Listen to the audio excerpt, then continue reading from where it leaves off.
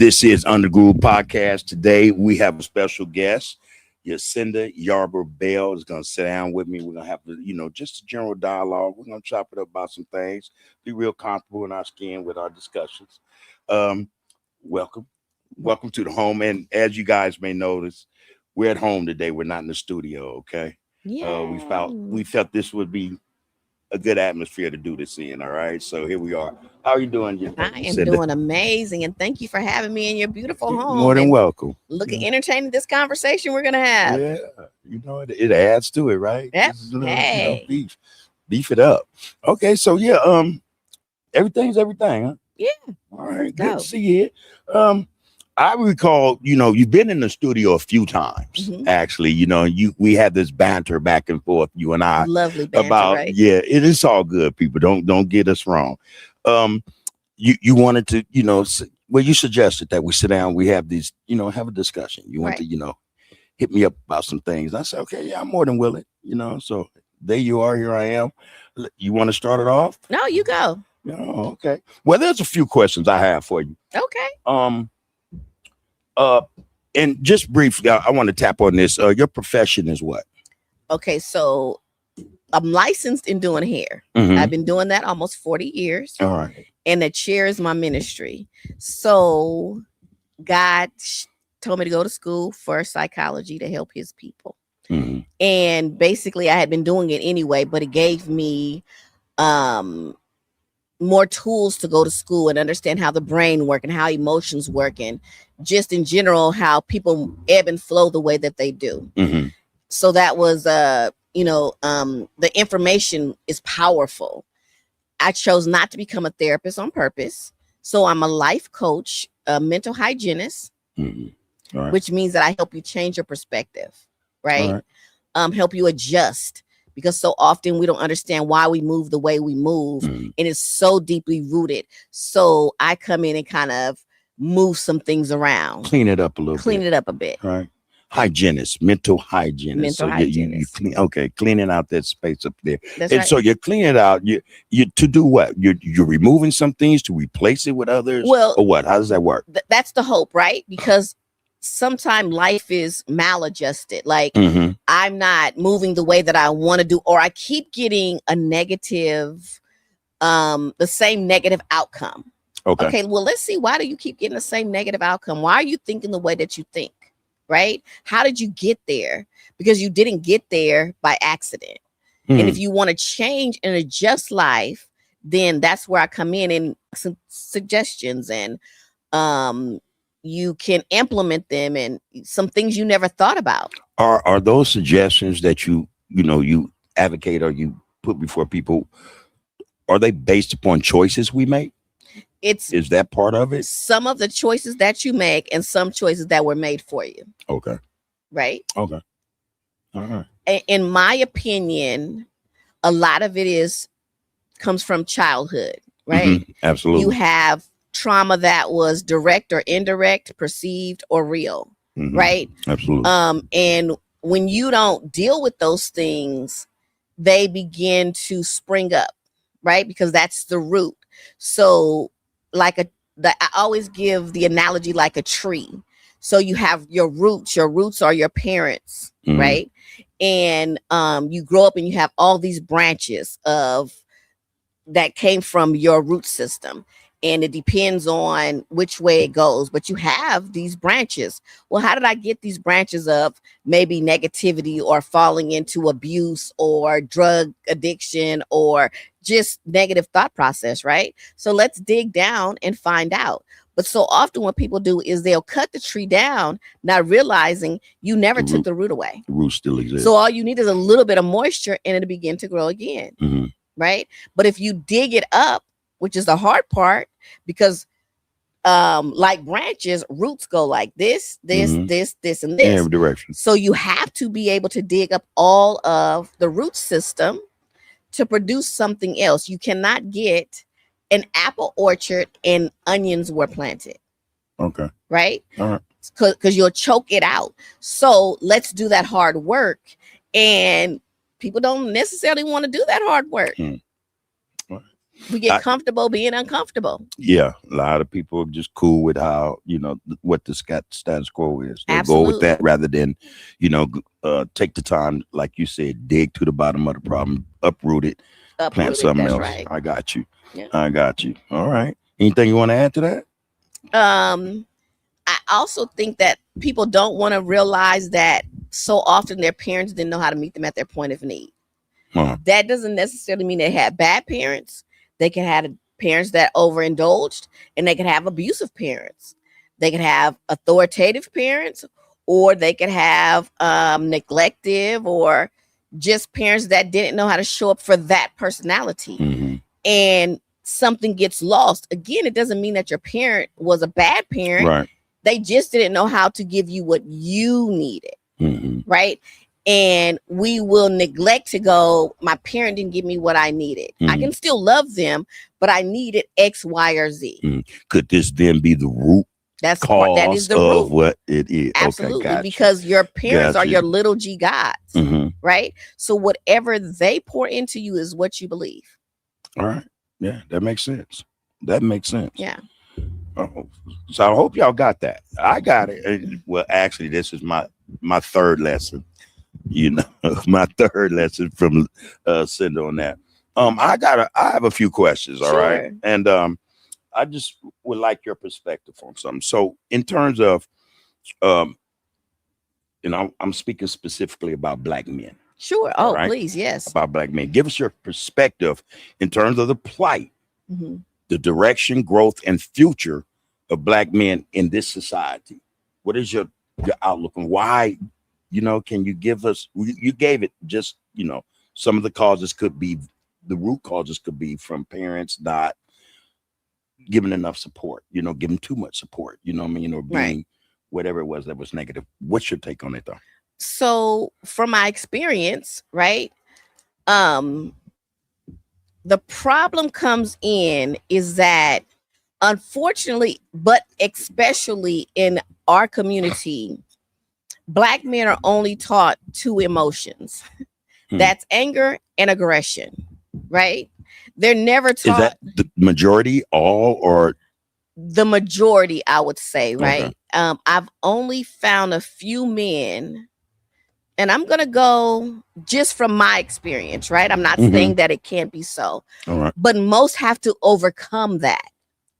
Because society says mm-hmm. this is what the expectation is, right? And they meet the expectations even if they're not built that way. Mm-hmm. So then they have to overcome it because society says you're soft, boys don't cry, you can't be a punk, you can't, all the negative things that go with that. Society says that really that's what a Black man is only going to be angry and or aggressive. And that's your perspective in terms of our plight. That's my perspective, right? Black men, Got absolutely. I can say truthfully, I was that. I was he. I was him. And it, and I'm not going to say just recently, but it ain't been that long, you know what I mean, where I had to learn, wait a minute, being aggressive don't always get the job don't done. Solve that's right the problem. Being emotional doesn't help what the issue is, you know. So I had to learn that actually over time. And it really comes down to, not to cut you off, I'm sorry, but to get the right emotion, right? Because God gave us emotions.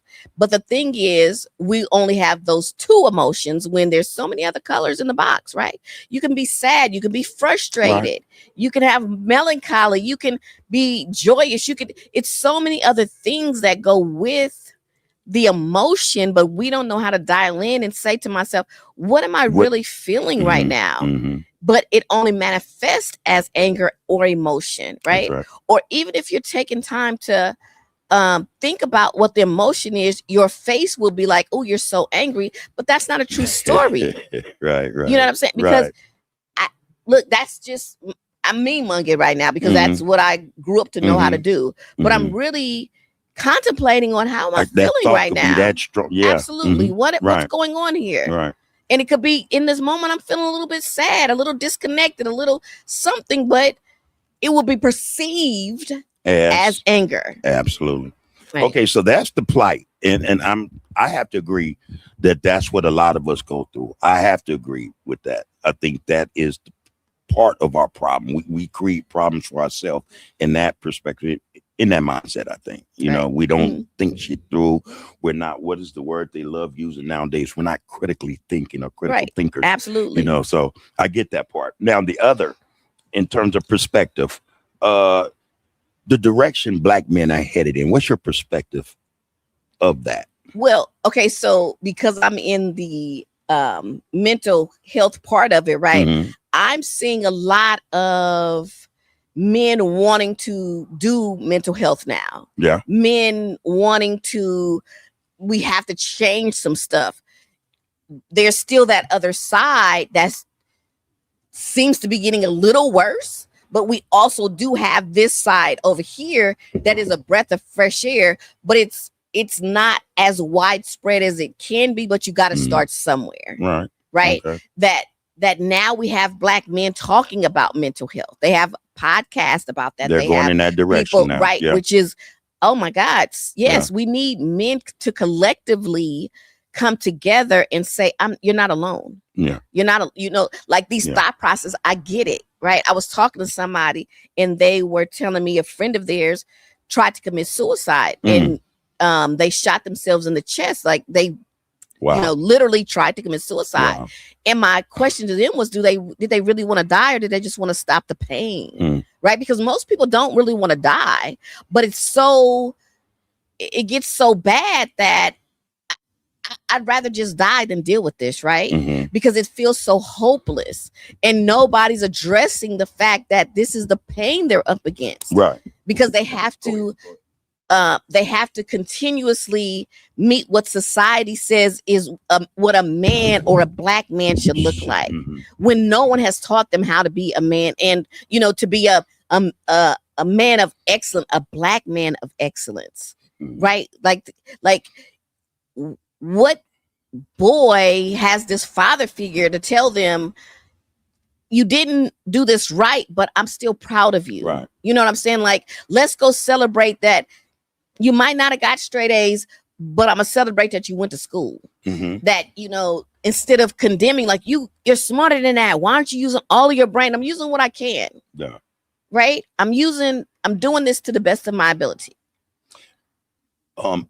Mental health with Black men. Again, you made a great point. I've just received recently flyers from guys that I know, and they're sending me these flyers talking about these events where Black men are hosting mental health events, right? Absolutely. And I was like, damn, okay. That sounds like a good bet, So right. You bringing it up, just I think it was Providence, but it should have been, because I wanted to mention this. One of my brothers sent me this just the other day. Hope I can find it. And I thought that this is something we could discuss, or because you brought it up, I could just mention it, 1 second, everybody. Absolutely. The thing that while you're looking for that is that you want to make sure that you have someone qualified, not somebody just saying we need to change the narrative and give an opinion, right? So it's very important that you have somebody that really understands how the brain is broke down, and you have to have cultural diversity. You have to, it's so many factors, and not just get around and BS, right? Right. Like, man, we need to do a little bit better. And, tonight we not gonna beat our wives, but why? Why do you there? Why? You know what I'm saying? Like for me, just to make it crystal clear, I have a master's in psychology. I did not go on to get my doctorate on purpose. But the knowledge that I got from understanding how the brain, like the mechanism of the brain, that's so important. We need to get together and make sure that we understand what is really going on, because a lot of people's brains do not work the same. And if you don't understand, you'll be like, oh, you're just being a goofy, or you're retarded, or something negative, right? When no, this is literally the capacity of my brain. So let me meet you where you are, where I can teach you how, not me personally, but you can be taught how to use your brain to the capacity that you can use it, and not just be angry. Because that's another thing, that because we don't understand neural divergent and neuroplasticity and how, like, literally how the brain works, they get frustrated. Our black boys get frustrated, Right. because we're taught the way basically the white man has, and we're not the same. All, you have a Right. basic That's brain, true. Yeah. but culture, and there are Yeah. so many Brains are wired variables. different. Right. Yeah. And if we don't understand what that means, then you cast away people that are very smart, but their brain just doesn't work the way your brain That's works. right. That's right. I get that part. And forget about me mentioning this. This thing happened 2 days ago, so I apologize. I'm almost going to be sure that I know exactly what you're talking about, Yeah. and that's a whole nother conversation. Yeah. But anyway, Okay. But I do love the fact that even if it's not necessarily a qualified person, but yes, men need to get together to build and not tear down. That's true. Right. That's Because true. you had the gang life, the mafia, all the negative things where we got together to tear some stuff down. Well, how are we going to build the families back together? Because that's where the problem is. Right. We've lost the art of having a family, the man stepping in, the man being able to cultivate their boys to be men. There you go. And instead of the boys figuring out what malehood looks like from a negative image. So already that's the segue into the growth perspective. And I think that adds to that, or speaks to that. Right. How do we get acquired? How do we grow? Right. I think what you said is spot on. We have to first start understanding what's happening here. Absolutely. We have to deal with that. Let's deal with that. And once we deal with it, I think then there's room to grow, to improve mentally, I think. Absolutely. I don't know. For me, I think that when we're talking about mental health, but you already lit onto this, there's a lot involved, of trauma. One. Oh, for sure. All right. That's first, what I mean? And I'll be the first to admit it. There were certain traumas that occurred for me. Yes. And that I had to tap into, deal with. Absolutely. So that I can be able to move on and grow, as a man. So there's that. Environment could be part of that, I think. You know what I mean? Absolutely. So, things of that nature. Yeah, absolutely. Okay. Oh man, I have real fixation with that. But anyway, so there's that direction and growth. I think could actually be coupled together. I don't know. What do you think? So yeah, absolutely, direction and growth. I think again, we're gonna go back to like the root cause, right? I think a lot of men move in fear but mask it. Wow. Right? Right. Wow. Yeah. And God didn't give us the spirit of fear. Where's that fear based upon, you think? What do you perceived think? or actual events, right? So I have a son, he's 25, married with kids, right?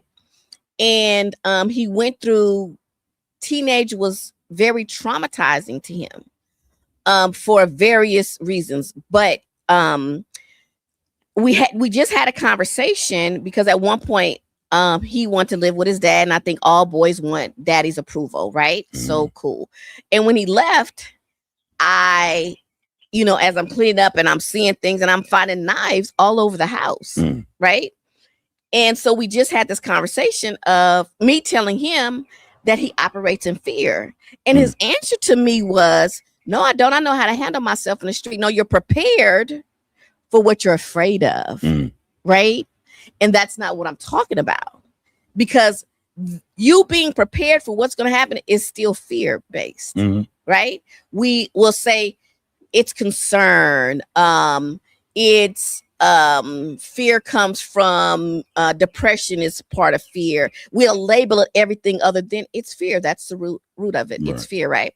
So he said to me, because we made a joke of it, like I found a knife in a plastic plant or something. What was you gonna get to the plant to get to the person? Like, how was you gonna do that, right? Yeah.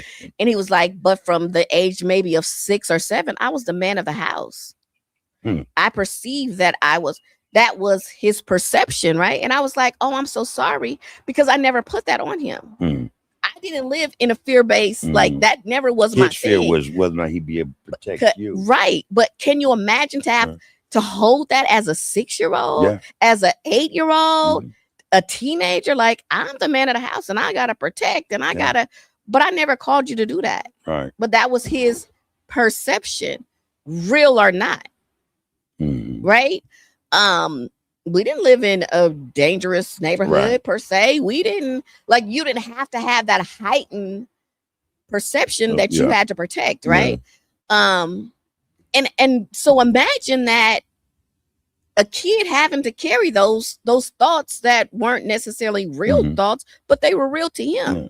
And for a long time. And for a long, Yeah. we literally just had this conversation. Yeah. So that's almost 20 years of this thought that I have to be brave, and I have to be strong, and I have to walk in the street like you Yeah. can't do nothing. Yeah. And no, sir. And then the funny thing is, he's not even built like that. He's such a gentle spirit, Right. right? So if you already have this seed planted, then what plant is what you get. What grows. So now he has to grow into this tough guy Mhm. because that was the seed that was planted, Mhm. right? Yeah. So you left behind the gentle spirit that God created you to be. Like Mhm. when he was little, he would literally bring me flowers every day. Mm. He was such a sweet boy. I think that most of our youth are that. For sure. For sure. I agree. What you just laid out is part of the reason why we see a lot of this behavior, perceived fears and stuff like that. You know? Sad, actually. Right. So then as a parent, I didn't serve him well, but I was ill-equipped to even understand the thought process. That was, yeah. That he even had the thought process. And I thought I was very proactive, but that was never one that I thought about. Like I protected him from, if you go on the internet and what a predator looks like, and you could be the person that you want to be, because he wasn't athletic per se. He didn't care about, but he loved to think about how can I put something together and take it apart. And he liked spy games and, different things. So I made sure that I nurtured that, but I didn't know that I needed to make sure that we're good. You don't have to protect mommy. Wow. Okay. So from that, how do we, in terms of our future, all right, as a result of all that, how does the future look for Black men? That's such a loaded question. How does the future look, right? How does it look for us? And I think that, I mean, taking everything into consideration. Yeah, it's a brothers dual are now answer. Coming together. Yes. They're doing this mental health thing. They're reaching out. They're mentoring more now. Yeah. A lot is going on. Okay, so this is a thing that I think is extremely important, right? Because again, we have a mask, right? So the best way I could say it is, being a thug you age out of. So now I'm gonna flip to do something different, right? Something else. So I can wear a mask that I'm changing, but have I really done my own homework to help somebody else? Does that make sense? Because I can put on this mask and I can talk the game and I can say all the things and it not really be that. And no one knows that you're not sincere because the words sound good. That's what, talking the talk, but not walking the walk. Right? That's dangerous. Yeah. That's very dangerous. Which goes to why it's so important, because now I remember her name. It's so important for me to make sure that I'm not going to tell you I'm a therapist, right? Because there was a therapist, I won't say her name, that went by a doctor. I'm a therapist, charged people, right?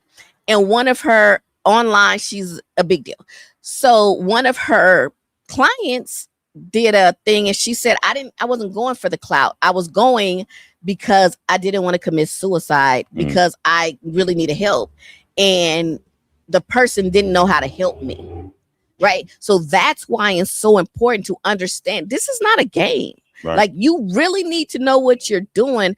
The talk is amazing. I love the brotherhood and support, but you have to know how to really support, because what if you really get somebody that I want to commit suicide that really needs and you're help. Lost and well, you being weak. I'm not being weak. Yeah. I'm really that hurting. would be the go-to. Exactly. Because they didn't. Yeah, because now you're gonna go back to what you know. What the street code is you can't. That's weak. Yeah. So now I have this other pressure of not to look weak, but this is really what I'm feeling. I am really genuinely hurting. A lot of our Black men are genuinely hurting right now. right? And no one can hear the pain, right. because they have this mask on. Mm-hmm. And I'm going to still look like I'm brave because I don't know if this is a safe space. Because men like to BS a lot and laugh off some stuff instead of really get to the heart of, brother, what are you really feeling and how can I really What's help really you? going on? Right? But am I equipped to really do it? Yeah, it is. Can I hold space for you when I'm dealing with some stuff too? Do you have to be educated in psychology to help somebody? I don't think, no. I don't think that at all. Okay, then what is required then or necessary? Personally, just from my experience, right, that you have to have wanted to change enough to do the hard work. And sometimes the hard work is isolating so that you can help your man. You know what I'm saying? Got you. So if you just pivoted because you aged out of being a thug and it ain't working no more, and now I'm a pivot and do something different, and you didn't really do the work, you can't really feel somebody, right? Okay. Like the best example I can give is, like, I can counsel somebody in being a drug addict, right? But I can't say what it feels like to have a craving. Okay. I can't never feel that. I can never, I don't know what that is because that was not my experience, right? I've craved something, love or something else, but I don't know that that's the same equivalent to the chemical that has made you crave. Exactly. I can't relate to that. I can't relate to the call of crack or something to that. And I'm not saying, because I had a conversation with somebody about grieving. Her son got shot, and I was like, I don't never want to be in that position, and I don't want to hold the space of saying that I could even understand what you've gone through. But I do know that with that you have to forgive the perpetrator. Right. I do know that that's a process. We've all been somewhere we had to forgive somebody, right? That's a process. But to say that I've walked in those shoes, no. Can I talk about domestic violence? I could talk about that. Yeah. Been there, done that, right? Yeah. I know what that thought process feels. I know what it feels like to be hopeless and I can't move out of this and I'm stuck. I know what that feels like. Let me jump in there. You are suggesting, though, that in order for someone to help someone who is having mental issues, have to have went through mental issues, him or herself? I'm not not to the depth necessarily, right? Okay. Because a lot of people just want to be heard. But you have to have the capacity to understand, to listen. Exactly. And not make them feel worse than they already feel. And the reason why, in my opinion, if you do your own homework, then it gives you a little bit more compassion to be able to listen. You might not even have the answer, but you'll know, oh, I remember when I felt like this. Right. Different situation, but I felt like this. I can be a good listener. Right. And I can admit, man, I don't have the answer. Maybe I can get back to you with do the your answer. Homework. You can acquire some tools. But it's about really having, because if you can't have empathy for yourself, how can you for somebody else? Someone else. Right. I say that often enough. Homework comes in that I have to have empathy for the little boy that didn't get loved the way they should have been loved. Right. I have to learn how to have empathy for them, which was me. Yeah. Then I can move forward in helping somebody else. Right.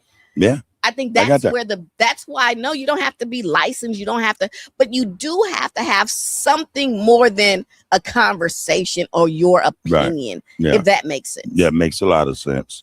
That makes a lot of sense. So in a nutshell, first and foremost, be able to listen. Be able to be a good listener. Absolutely. Yeah, that's it. Don't blame the individual. Don't make the individual feel any worse than he are or she already is. Right. You know, be a little more empathetic. Yeah. You know, use certain key phrases or words like that pretty much say, hey, it's okay. I understand that. Yeah. How can we, or what do you need? What, you know, you can even say, I'm so sorry you went through that. Right. There you go.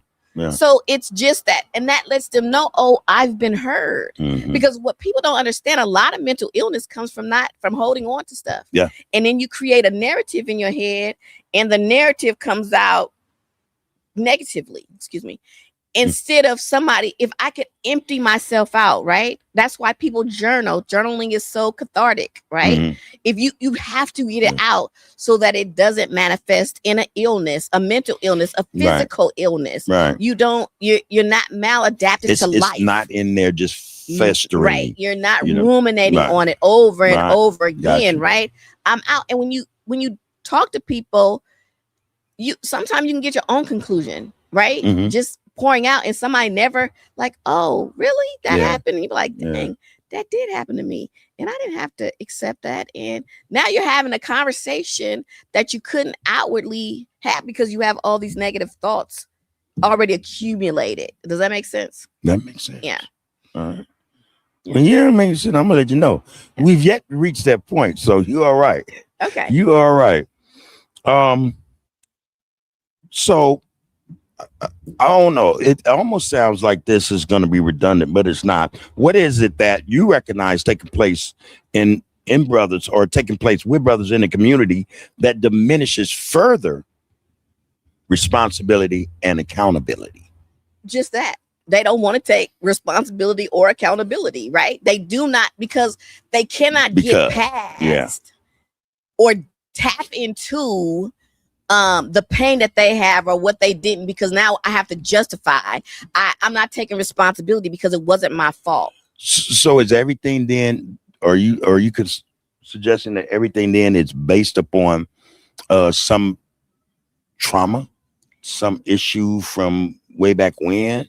Okay, so partly, but partly not, because so trauma is what is the foundation of it, right?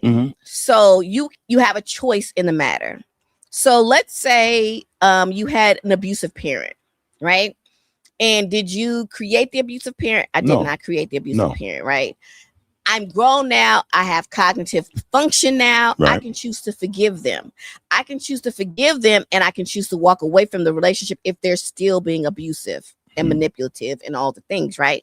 I can make a cognitive choice to do that, because I have to, because I'm fighting for my mental health now, right? So that doesn't make you a bad child. That makes you, I have to survive and I have to thrive, not survive. I'm sorry. You've survived childhood. Now I want to thrive, and that no longer is good for me. Now I have to take responsibility for the choices that I've made. I have to forgive them for not being able to hear me, I didn't have a voice. I didn't make all the mistakes that I got beat for. They had their own stuff. They had their own trauma that we never talked about.